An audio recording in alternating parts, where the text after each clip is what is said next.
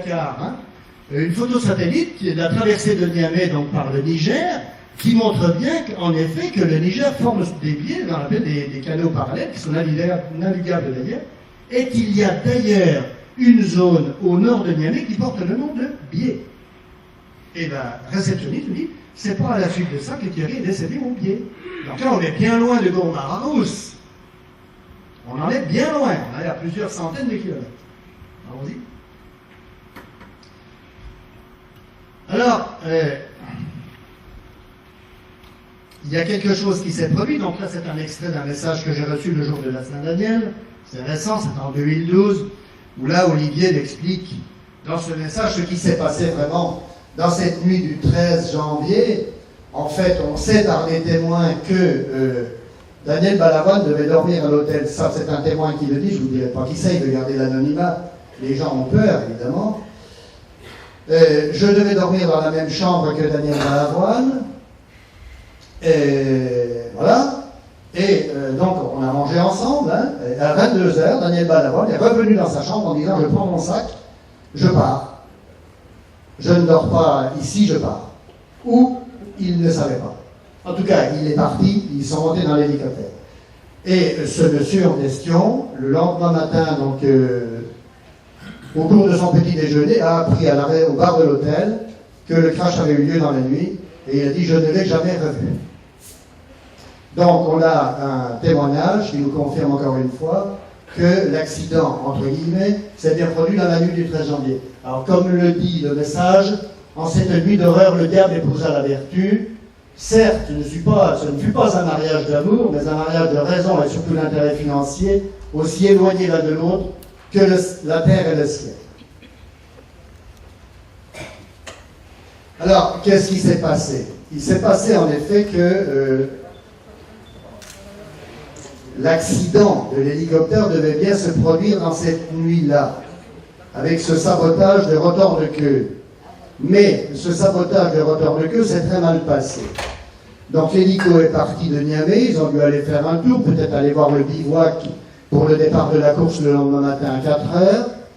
On sait que Thierry Sabine avait quand même fait le briefing à l'hôtel. Il a fait le briefing dans l'après-midi du 13. Il n'était pas au briefing du 14 au matin. L'hélicoptère était mal saboté, l'hélicoptère s'est posé, mais c'est une organisation du crime qui a suivi tout ça et qui forcément est arrivé, suivait ça de près, est arrivé sur les lieux, a donné l'ordre à l'hélicoptère de redécoller, et là ils ont mitraillé. Ils ont mitraillé et l'hélicoptère évidemment est tombé, mais les 5 occupants n'étaient pas morts sur le coup. Alors, y a-t-il un ou deux hélicoptères? Si nous avons 2 hélicoptères, en l'occurrence, il doit y avoir 2 hélicoptères, puisqu'il y en a un qui s'est crashé en effet dans la nuit du 13, enfin qu'on a saboté dans la nuit du 13 au 14, et il y en a un qui s'est crashé le lendemain soir à Gourmara-Rousse, à 19h. Parce que là, il y a bien eu un crash à Gourmara-Rousse le lendemain soir à 19h. Vous avez un crash de 150 mètres de long. Bon, mais ça veut dire que si nous avons 2 hélicos, on doit trouver des différences, quelque chose. Donc en haut à gauche, vous avez l'hélico de Thierry Sabine avec son nom dessous. On ne le lit pas très bien, mais il est peint en lettres bleues, Thierry Sabine. Et ça, je le sais de l'ancien pilote de Thierry Sabine, que en fait, oui, il a écrit son nom, il a peint son nom sous son hélicoptère à partir de 1986. En 1985, l'hélicoptère de Thierry Sabine ne portait pas son nom, donc on a bien affaire à l'hélico de 86 là. Et alors on a une chose intéressante dans ce crash terrible, c'est qu'il y a une pièce qui est vraiment restée intacte, c'est l'empennage. C'est incroyable. La seule pièce intacte, c'est l'empennage. Vous voyez? Alors voilà, voilà. Donc vous avez l'empennage. Alors pourquoi on a l'empennage intact là? Ben, tout simplement parce que l'hélicoptère il s'est retourné lors du crash. Sinon il aurait été massacré, il aurait été plié, hein, comme l'aileron vertical. Donc on a effectivement l'empennage qui est intact, à la base de l'empennage. Donc on regarde aussi, on fait un gros plan sur l'empennage de celui de l'hélico de Sabine qui est là-haut, et on se rend compte déjà qu'il y a une différence. Alors on avance. On avance, on met ça à l'échelle, on repositionne les pièces, Et là, on voit nettement qu'il y a un angle, évidemment, qui est totalement différent, un angle de raccordement de la béquille de queue. Hein, la pièce qui est horizontale, c'est la béquille de queue, hein, elle est amovible, d'ailleurs, elle bouge sur un axe. Hein. Donc là, on a une nette différence de longueur, évidemment, et on n'a pas du tout le même angle. Premier indice, deux hélicos différents. Second indice, j'ai cherché beaucoup. J'ai commandé un magazine VSD de l'époque, celui qui est au milieu. Et dans ce magazine VSD, il y a un supplément. Et dans ce supplément, il y a une photo d'épave. Parce que là, vous avez les deux épaves. Vous voyez, vous avez deux photos qui sont quasiment identiques au-dessus. Vous avez la photo de gauche. Bon, ça, c'est une photo qu'on trouve partout sur Internet. Hein. Il n'y a aucun problème. Hein. Mais là, il y a déjà des camions, des gens qui s'affairent autour. Ça, c'est le camion de Georges Groin. Hein. Si les gens connaissent un peu le Dakar. Clermont-Ferrand. Hein. Et donc, et sur la droite, vous avez une autre photo de l'épave qui semble avoir été prise avec le même angle quasiment, hein, mais pas du tout à la même heure. On n'a aucune activité autour de l'épave là. Hein. Et alors là, ce qui est intéressant, c'est de regarder un peu ce qui se passe sur justement ces empennages là. Et on fait un agrandissement. Et on trouve deux numéros de série différents.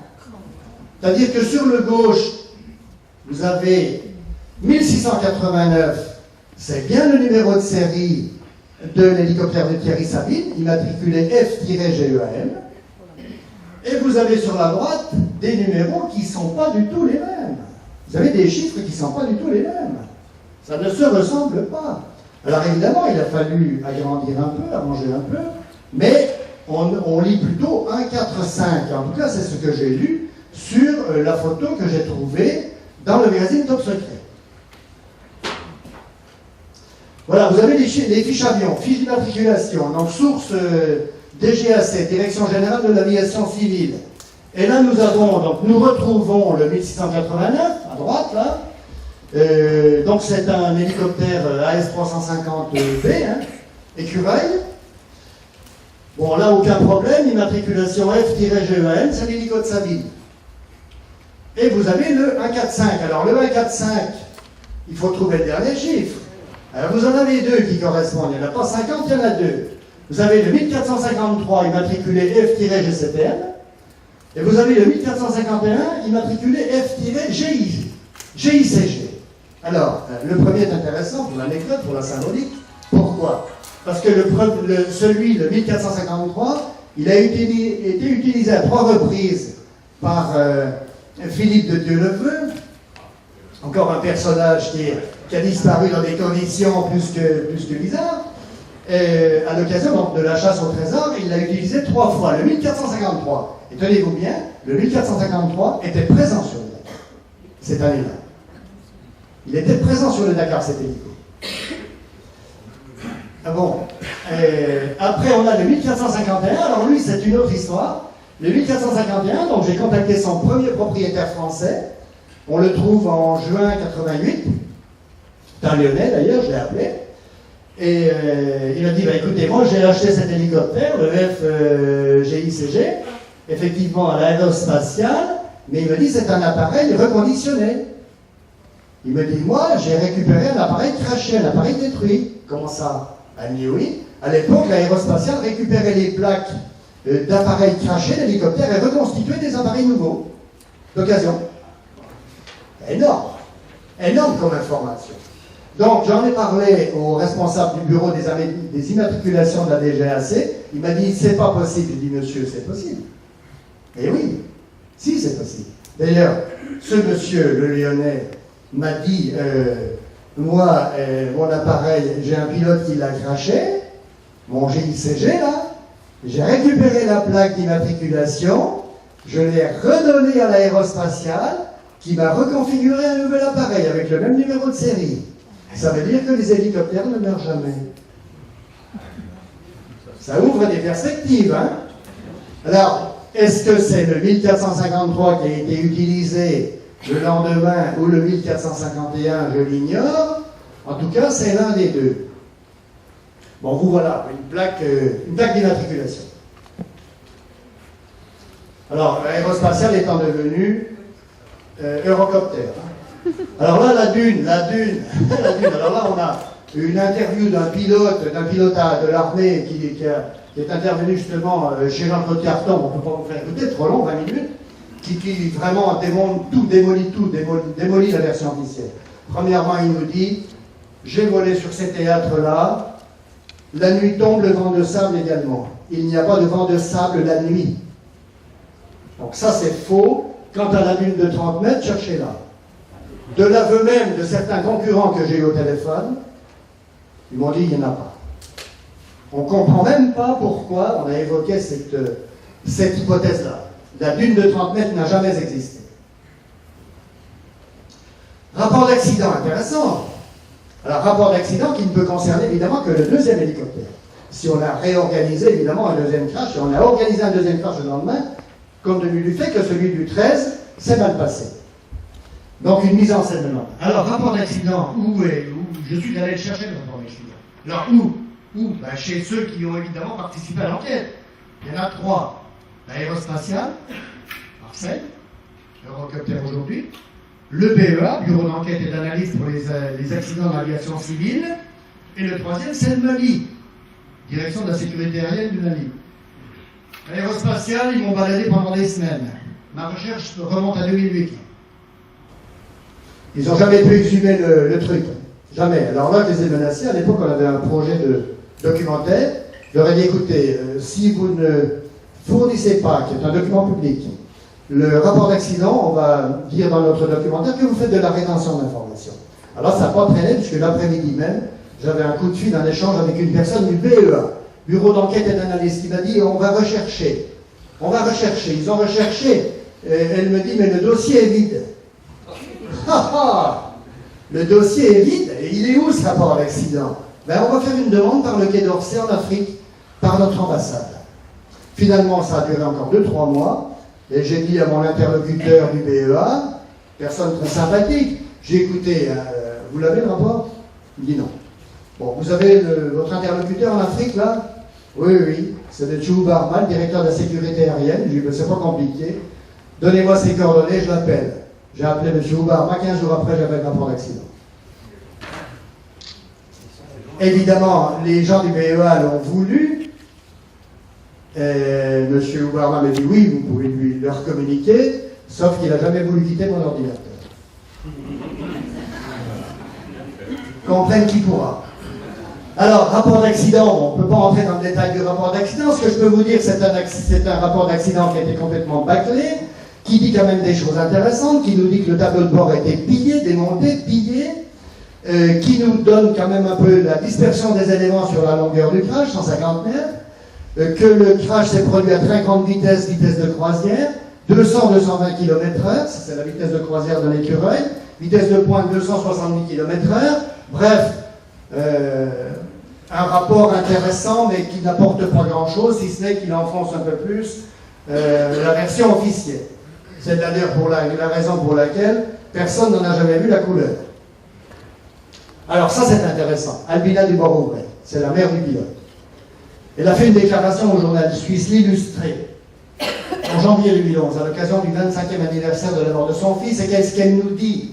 Qu'est-ce qu'elle dit dans cette interview?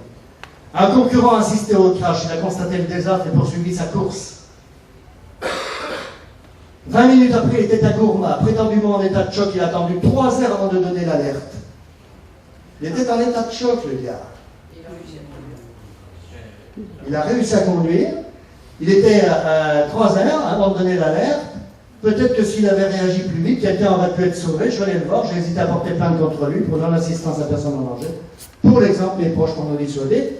Donc, on a un témoin, en fait, la version officielle nous dit quoi? Qu'effectivement, il y a un témoin, ça s'appelle Charles Delvez, c'est le chirurgien-dentiste de Menton, qui revenait avec son 4x4, il a vu un hélico décoller. Cet hélico l'a suivi pendant 25-30 km, il le dit, dans les émissions Un jour, un destin, les derniers jours du Nikon. Et puis d'un seul coup, cet hélico l'a dépassé à grande vitesse, donc il ne parle pas du tout de vent de sable, il ne dit de rien du tout. Il ne dit rien de tout ça. L'hélico l'a dépassé à grande vitesse sur sa droite et s'est crashé, il le dit, à 20-50 mètres, énorme. L'hélico le dépasse à 220 km/h et il se crache à 20 mètres de sa voiture, qui elle devait rouler grosso modo à 80, pas plus la nuit dans le désert. Donc c'est un menteur. Alors bon, j'ai écrit à ce menteur. Évidemment, ils ont tous eu de mes nouvelles, ces gens-là. Hein, je lui ai écrit 3 fois. La première fois que je lui ai écrit, d'ailleurs, une semaine après, il a fermé son site internet. Alors, il a attendu 3 heures. Pourquoi? Voilà la grande question. On a la réponse.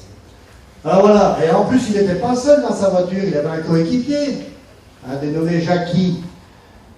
Le premier témoin du crash l'a reçu comme consigne de ne pas prévenir les secours avant 3 heures. Ça, c'est un message qui nous le dit. Il avait un coéquipier, hein, il n'était pas seul dans le véhicule. Pourquoi ce dernier n'a-t-il pas parlé? Effectivement, c'est tout Belbès qui s'est exprimé dans les émissions Un jour un destin. Assez récemment, d'ailleurs, hein, à partir de 2006. Hein. Avant, on n'entendait jamais parler. Et l'autre, par contre, on ne sait pas du tout. Enfin, en tout cas, il y a une chose qui est sûre, c'est que Madame Albina Dubois-Rouvray, la mère du pilote, elle a bien appris ça de la bouche de quelqu'un. Donc il y a forcément quelqu'un qui a parlé. On est d'accord. Qui? Ça reste une énigme. On a des doutes. On soupçonne quelqu'un. Alors là, ce monsieur est intéressant. Je l'ai eu au téléphone pendant 10 minutes. Gérard Joanny, vous connaissez tous, ancien journaliste d'Europe 1, qui était sur le Dakar. Il était sur le Dakar, d'ailleurs, avec son... Il était le seul journaliste présent, hein, sur place à Gourmand-Ramos. Alors lui, qu'est-ce qui s'est passé? Quand Belvez est rentré au bivouac, il est reparti avec sa Mercedes, son 4x4 Mercedes, sur les lieux du crash. Et là, quand je l'ai eu au téléphone, je lui dis, écoutez... Alors, qu'est-ce qu'il dit? C'est un extrait de son article de Paris Match. J'ai donné mon duvet pour recouvrir le corps de Thierry devant l'appareil dans un arc de cercle, 4 corps. Il n'était pas méconnaissable. Voilà, Balavoine repose sur le dos, il porte son diamant dans l'oreille gauche, tous près de se trouve Nathalie aux dents, dans la même position. Ils sont intacts. Alors, quand j'ai eu M. Joigny au téléphone, ça remonte à 1 an, un peu plus, je lui dis, monsieur, il y a un gros problème. Bon, eh oui. Je dis, vous avez trouvé 4 corps, même celui du pilote qui était un peu sur la droite, en arc de cercle autour de la carcasse principale, qui se trouve à 150 mètres du point d'impact. L'hélicoptère a touché le sol en piqué, ce que nous dit le rapport d'accident. À plus de 200 km/h, à 10 mètres du point d'impact, nous avons les portières qui se détachent et l'habillage. L'hélicoptère continue sa course sur le ventre, se retourne pour s'arrêter 150 mètres plus loin du point d'impact, et miraculeusement, Gérard Joanny retrouve 4 corps intacts et non méconnaissables autour de la carcasse principale. Je lui dis, monsieur, ce à quoi vous avez assisté, c'est une mise en scène. Il me dit, vous me perturbez, vous m'interpellez. J'écoutais, vous êtes vous-même pilote d'hélicoptère. Je ne comprends pas pourquoi vous n'avez pas réalisé ça. J'en ai parlé avec des sauveteurs, j'ai des amis qui sont sapeurs-pompiers. À 200 km/h, on pique avec un écureuil qui est un appareil hyper léger, tout éclate, tout explose, c'est de la charpie. Il n'y a pas de corps intact et non méconnaissable. Ça n'existe pas. On est d'accord? Tout est parti. Ça éclate de partout. Mais lui, voilà. Alors pourquoi? Ben évidemment. Voilà, les choses commencent à se construire, le puzzle, là. Il y en a un qui attend 3 heures. Bon, pourquoi? Ben, tout simplement parce qu'il arrive là, effectivement, sur les lieux du deuxième crash, où là, on fait une mise en scène, parce que tout ça s'est organisé rapidement, mais dans la précipitation, quand même. Et on installe les corps de la veille. Alors les corps de la veille, il y avait quand même 2 survivants la veille. Ils ne sont pas tous morts sur le coup, parce que la veille, l'hélico, il n'est pas parti, il a chuté, il a tombé, quoi. Il est tombé comme ça. Donc il est tombé comme ça, et il y a eu des survivants en effet. 2. Mais évidemment, ce crash, cet attentat ne méritait aucun survivant. Donc ils les ont terminés, vous savez comment. Vous imaginez comment? Donc Marpécou, effectivement, je vous l'ai dit tout à l'heure, nous parle de blessés. Et je lui dis aussi à monsieur Joigny, je lui dis, mais attendez, il y a des blessés. Il y avait des blessés. Ah, il dit, mais je sais pas, elle était très embêtée, alors très embêtée. Donc, voilà, donc il y a des maillons faibles dans cette affaire. Bon, j'ai voulu le rencontrer à Paris le 20 janvier dernier avec une très proche de Daniel Balavoine, parce qu'autant vous dire que la famille et une personne, je ne vous dirai pas qui, très proche de Daniel Balavoine, valide toute cette démarche. Donc, elle a validé d'ailleurs l'article de Top Secret. Donc, à partir de là, j'ai voulu le rencontrer avec cette personne. Il a évidemment décliné la rencontre. Et pour cause. Alors, la question maintenant, c'est le mobile. Effectivement, quel est le pourquoi? Donc, en 86, il se passe des choses très troublantes. Avec l'Afrique, il y a une cellule africaine à l'Élysée. Et la cellule africaine de l'Élysée, elle est pilotée par les deux fils des deux personnages que vous avez sur la photo du livre de... Pardon, merci. Donc elle est effectivement pilotée par les deux fils des deux qui sont là. Bon. Le fils Pasqua et le fils Mitterrand. Et le fils Mitterrand, on en a entendu parler après. Papa m'a dit. Papa m'a dit, exactement. Papa m'a dit. Alors... Avant. Voilà. Donc, hein, qu'est-ce que nous dit un message? Alors, tout à l'heure, on a écouté la chanson Partir avant les miens. Il est vrai que Daniel Balavoine, dans ses chansons, et même dans son intervention à 7 sur 7, je ne sais pas si vous vous souvenez, quand il a parlé des anciens combattants, qu'il parlait des pouvoirs en disant tout ça, c'est de la merde et de la saloperie. Il avait raison, d'ailleurs, ça n'a pas beaucoup changé. Voilà. Donc, le message du 6 mai 2011 nous dit « Il ne faut pas chercher midi à 14h, le pouvoir a éliminé un gêneur dont il percevait la puissance grandissante. » En effet, il n'avait pas la langue dans sa poche. Hein. Il a bien sûr pensé qu'avec son flair et sa curiosité, Balavoine pourrait découvrir le poteau rose du trafic d'armes africain, dans lequel ce pouvoir était mêlé. Daniel, qui n'avait pas la langue dans sa poche, s'apprêtait à le révéler. Et là, lui, il l'aurait révélé sans problème. Hein. Évidemment, il allait gêner considérablement ceux qui sont sur la photo. Alors là, vous avez un super bouquin, je pense que vous l'avez lu, je vous conseille de le lire. C'est la France-Afrique de François-Xavier Verschaff qui est décédé aujourd'hui. C'est un livre qui nous fout un peu la honte, hein, même beaucoup d'ailleurs, en tant que Français à cette époque, hein, par rapport à ce qu'on a fait en Afrique. Alors souvenez-vous évidemment de l'intervention fracassante, alors là aussi on a la vidéo, on n'a pas le temps, avec François Mitterrand, qui était donc à l'époque candidat à l'élection présidentielle. Donc ça, c'est le journal télévisé du 19 mars 1980, où Balavoine s'est carrément interposé, a coupé la parole à celui que j'appelle le Sphinx, qui n'a pas du tout apprécié. D'ailleurs, quand vous regardez son visage, là, la capture d'écran parle d'elle-même. Hein. Voilà, il n'a pas du tout apprécié. Par contre, comme il était rusé comme un renard, moi j'admirais Mitterrand, parce que c'est un type qui m'a toujours fasciné. Sauf qu'après, quand j'ai lu le livre de Jean Edernalier, L'honneur perdu de François Mitterrand, j'ai un peu déchanté sur le personnage. Et vous avez à droite, après l'édition, donc Mitterrand qui serre la main de Balavoine, et vous avez le juge Bidalou, hein, qui est en face là, à l'époque, le juge rouge, et ils sont allés manger ensemble. En fait, pourquoi? Parce qu'avec Fabius également. Pourquoi? Parce qu'en fait, Mitterrand, qui rebondissait facilement, hein, a voulu mettre Balavoine dans sa poche, évidemment, parce qu'il avait toutes les voix de la jeunesse à récupérer à l'époque. Alors Daniel Balavoine a chanté, chauffé un peu les salles, vous savez, dans les meetings, là.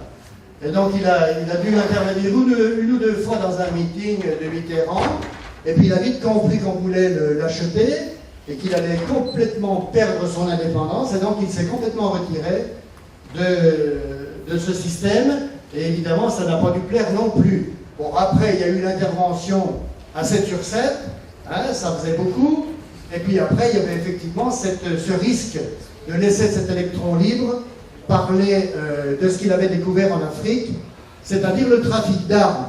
Alors il faut savoir qu'à l'époque il y avait aussi le responsable des Touaregs, le chef des Touaregs, qui s'appelait Mano Dayak, qui lui aussi était en lutte contre le Niger et le Mali, pour son territoire, justement, le territoire Touareg, et qui était devenu grand ami avec Thierry Sabine.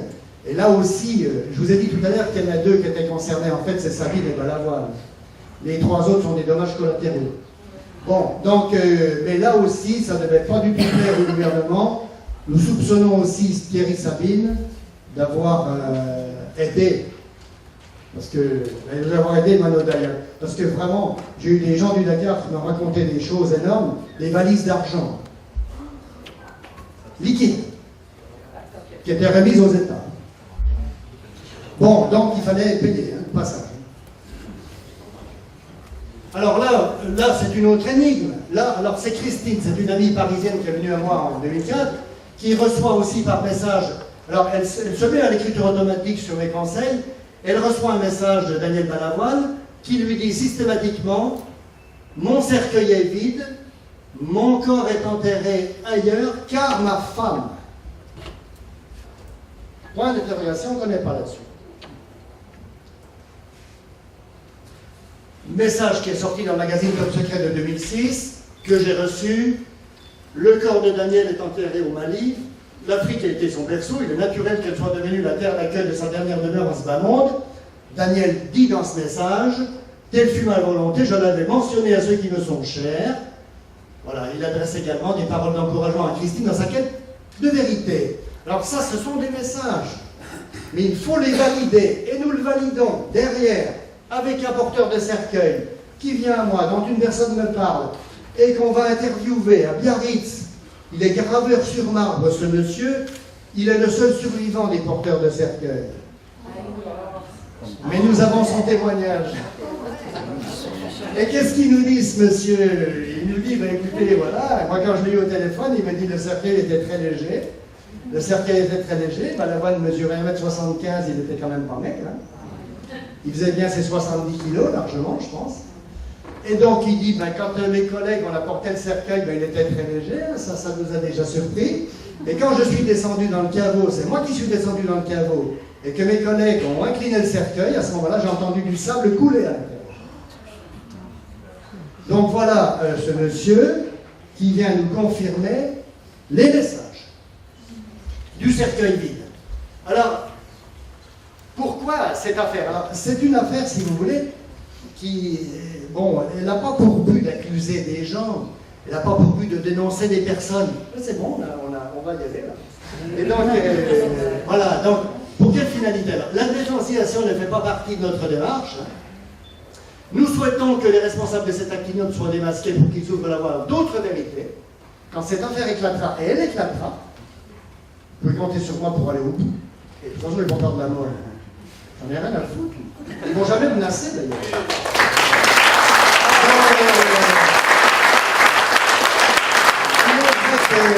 Il est vrai que notre prise de position peut faire frémir, en effet, elle fait frémir. Mais tel est son but, c'est tout simplement l'amour qui nous guide. Cet amour qui, nous le répétons, est le seul avocat qui pourra vous sauver de la mort. Voilà, alors après j'ai un extrait, bon là c'est un extrait de la parole des sages et des repentis, c'est-à-dire que de l'autre côté, tout le monde se retrouve. Voilà, tout le monde se retrouve pour justement faire éclater les affaires qui posent problème à tout le monde. Alors, on n'est plus dans l'opposition, hein, on est dans la complicité, on a envie que tout ça, ça débouche, parce que c'est très mauvais sinon. Notre démarche est un acte d'amour et non de dénonciation facile et inutile. Nous sommes venus rétablir une vérité trop longtemps dissimulée. Oui, il est vrai que cette vérité en débusquera d'autres. Oui, c'est la loi de justice qui s'impose désormais, justice de l'amour, justice du cœur, justice de la raison.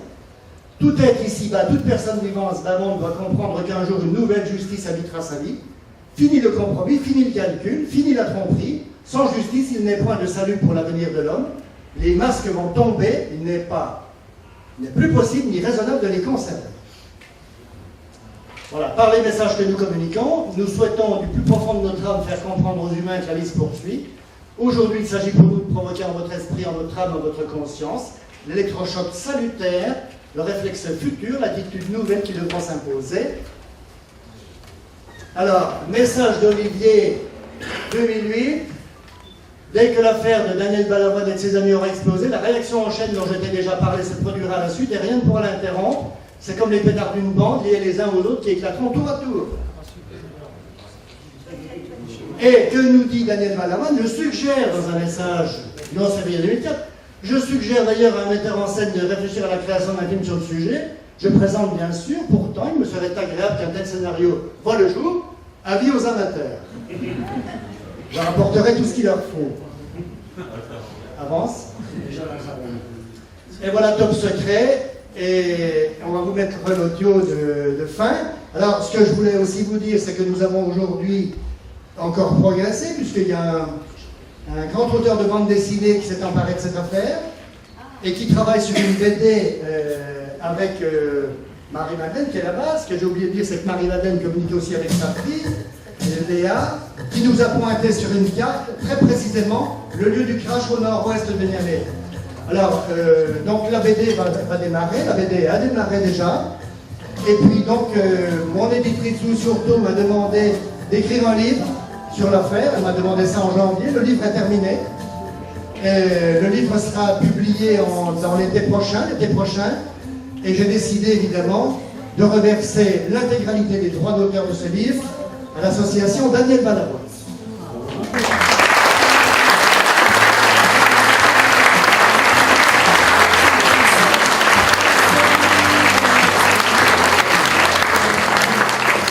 Remercier aussi tous les médias dits alternatifs, parce que tous les médias officiels ont été informés de cette affaire.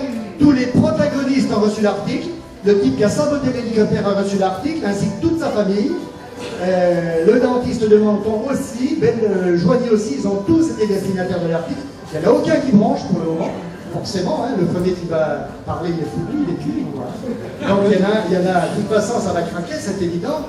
Le but, c'est de mettre une pression très forte sur ces gens-là. C'est pour les aider à accoucher de leur conscience. Et je veux dire, il faut éviter de partir dans l'au-delà avec cette charge sur la conscience. Je peux vous dire que Mitterrand est apparu dans une conférence à Mâcon le 1er décembre 2012. Il est apparu une médium clairvoyante, triste, malheureux. Et on est là pour l'aider, on n'est pas là pour l'aider.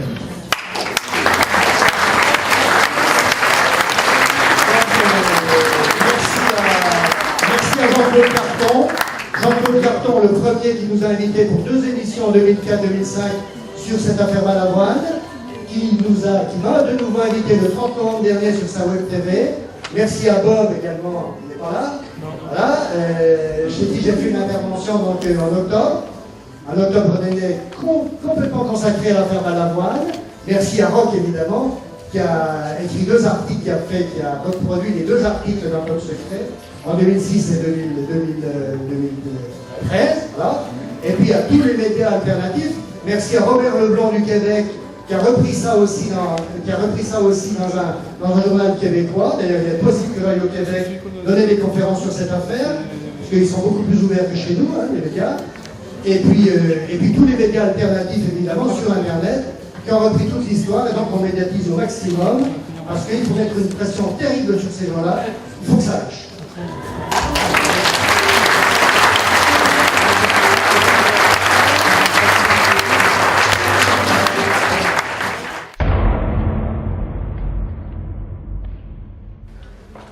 Oui, bonsoir. Merci pour votre enquête.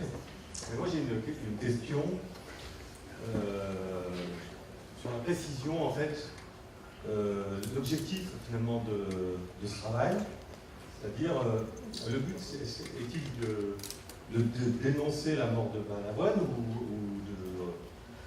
de dénoncer ce qui se passe au Centrafrique? Le but c'est de rien dénoncer du tout, le but c'est de faire prendre conscience aux gens, et en particulier à tous les protagonistes de l'affaire, que ceux qui sont décédés, que ceux qui sont partis dans l'autre monde par leur faute, prématurément. Alors Balavoine, peu de temps avant, puisque, comme il le dit dans un message, je vais décéder dans les mois suivants d'un accident automobile. C'est de faire prendre conscience à tous ceux qui sont concernés par cette affaire qu'ils ont intérêt, avant de rejoindre l'autre monde, de libérer leur conscience. Notre but, et même de la famille, enfin, je vous l'ai dit, hein, très proche de Daniel Balavoine, le but c'est pas de faire condamner ces gens. Dire si demain, moi, le type qui a saboté l'hélicoptère me contacte, mais je vais l'aider justement pour avouer cette faute. pour se libérer, vous comprenez? C'est pas le but de... Là, ils ont pris l'affaire Balavoine comme prétexte, on va dire c'est une affaire prétexte. Ils auraient pu en prendre une autre. Après, bon, au-delà de l'affaire Balavoine, nous sommes tous concernés. Et nous sommes concernés plus, parce que, bon, Balavoine, bien sûr, c'est une star, on est bien d'accord, qui avait l'engagement, mais ils sont 5 dans l'hélicoptère. Par contre, ce qui se passe au Centrafrique avec le gouvernement français et les magouilles politico-financières et les chefs d'État fantoches qui sont des dictateurs et tout ça, ça cause énormément de morts. Donc, je veux dire, c'est une échelle totalement différente. Donc moi, ce que je voulais savoir, c'est pour vous, est-ce que c'est l'arbre qui cache la forêt? C'est-à-dire qu'au fond, le plus important, c'est le problème du Centrafrique, plus que le problème de Balavoine, parce qu'au final... c'est pas le problème de Balavoine, c'est un prétexte. Je veux dire, on a choisi l'au-delà, moi j'ai rien choisi du tout. Je veux dire, on m'a imposé cette histoire, peut-être qu'on serait bien passé d'ailleurs, mais bon, j'ai joué le jeu, hein, comme on dit, hein, et je le jouerai jusqu'au bout. Je suis pas du genre à renoncer. Si j'avais voulu renoncer, depuis 10 ans, j'aurais renoncé. Et il se trouve qu'au fur et à mesure où j'avance, j'ai des éléments nouveaux qui s'ajoutent. Donc, le but, effectivement, c'est de dénoncer si vous voulez, mais pas d'accuser. Je le dis, notre démarche n'est pas une démarche de dénonciation. Mais en effet, le but, c'est quand même de provoquer un déclic, si vous voulez, qui sera évidemment un élément parmi d'autres pour l'assainissement du monde, pour l'assainissement du mensonge, pour l'assainissement des magouilles dont vous parliez tout à l'heure. Évidemment, le but, c'est ça. Bon, aujourd'hui, on est avec cette affaire-là, mais il y a eu bien d'autres choses qui ont été dénoncées par avant. Tout ça, ça va dans le même sens. Dire qu'il faut faire fléchir cette société du mensonge.